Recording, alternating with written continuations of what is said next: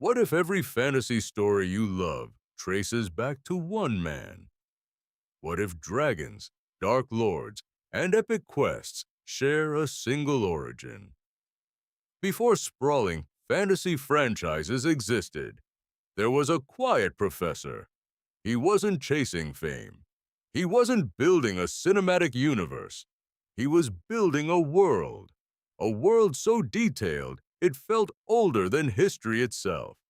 A world with languages that had grammar and poetry. A world with maps that stretched beyond imagination. That world was Middle-earth, and the man behind it was J.R.R. Tolkien. When The Hobbit was published in 1937, few predicted its impact. When The Lord of the Rings followed, fantasy changed forever. Suddenly, readers weren't just visiting magical lands, they were living inside fully realized mythologies. But here's the real question. Did Tolkien just write a story, or did he define an entire genre? Because when you look at modern fantasy today, echoes appear everywhere. The wise wizard guiding a young hero, the dark lord seeking domination, the fellowship bound by loyalty, the ancient prophecy whispering destiny. Sound familiar? That's not coincidence. That's legacy. Tolkien didn't just contribute to fantasy. He structured it. He shaped its architecture. He set its emotional tone. But legacy is complicated. Influence can inspire. Influence can also limit. So how much of modern fantasy is homage? And how much is imitation?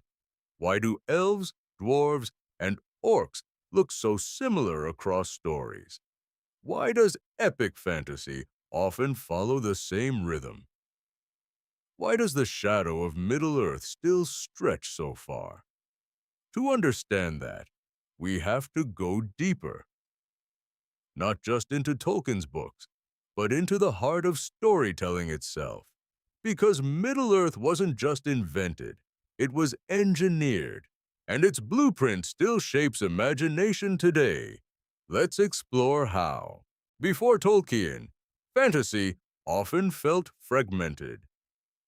Myths existed, fairy tales existed, but cohesive secondary worlds were rare. Tolkien changed that. He introduced the concept of immersive world building at an unprecedented scale. Middle-earth wasn't a backdrop. It was a living, breathing civilization. He crafted entire languages like Quenya and Sindarin. He developed genealogies stretching across ages. He wrote histories older than his main plot. That depth set a new standard. Suddenly, fantasy wasn't just about magic. It was about mythic continuity. Writers began to emulate this structure.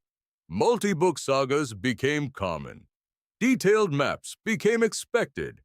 Complex political systems became essential. Even the archetypes evolved under his influence. The reluctant hero became central. The wise mentor became iconic. The corrupting power of evil gained philosophical weight. Consider how many fantasy villains mirror Sauron, a distant, looming embodiment of darkness. Consider how many heroes resemble Frodo or Aragorn, ordinary individuals rising to extraordinary responsibility. This narrative DNA spreads widely. You see it in Game of Thrones. You see it in The Wheel of Time. You see it in countless video games. You even see it in tabletop games like Dungeons and Dragons. Tolkien's races became templates. Elves as graceful and immortal. Dwarves as stout and master craftsmen. Orcs as corrupted foot soldiers. These portrayals became the default setting. Publishers began expecting epic quests. Readers began craving expansive lore. Filmmakers later amplified that expectation. Peter Jackson's adaptation revitalized epic fantasy visually. The genre exploded into mainstream culture. But here's the interesting part. Influence doesn't just replicate, it evolves. And sometimes it rebels. Here's where things get complicated.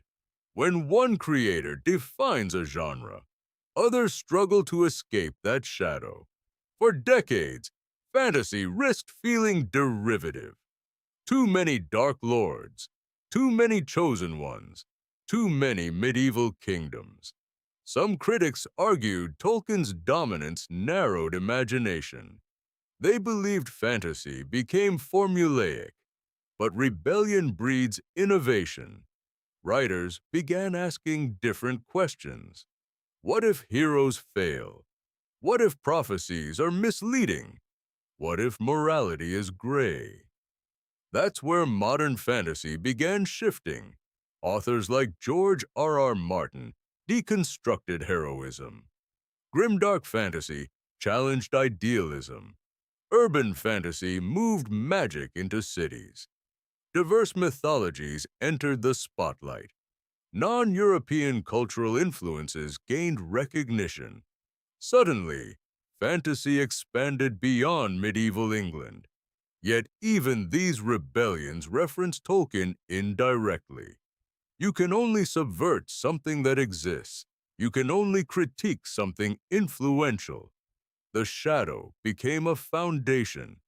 Tolkien's emphasis on moral struggle remained central. His idea that small individuals matter endured.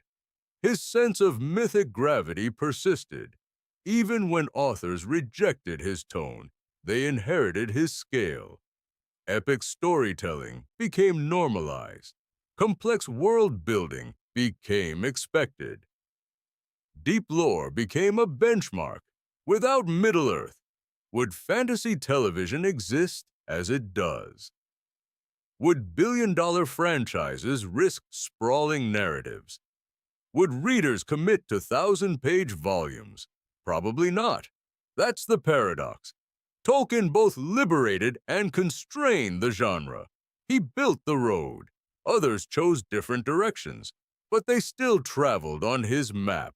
And that influence continues today. New writers study his structure. Game designers replicate his archetypes. Audiences unconsciously compare new worlds to Middle-earth. That's not just legacy, that's cultural permanence. So what does Middle-earth mean for modern fantasy now? It means foundation. It means blueprint. It means possibility. Tolkien showed that imaginary worlds deserve seriousness. He proved fantasy could carry philosophical weight. He demonstrated that myth can explore real human fears, power, corruption, sacrifice, friendship, hope. These themes transcend swords and sorcery. They resonate because they are human. And that's why Middle-earth endures. It wasn't just about elves and rings. It was about resilience in darkness. It was about humility over domination. It was about courage in ordinary hearts. Modern fantasy continues evolving. New voices expand the map. New cultures enrich the mythos. New technologies reshape storytelling. But the roots remain visible. When you read a sprawling saga, you feel it. When you see a fellowship unite, you recognize it. When you encounter a corrupting artifact, you remember it. That memory traces back to Middle-earth. And perhaps the greatest legacy isn't structure, it's ambition.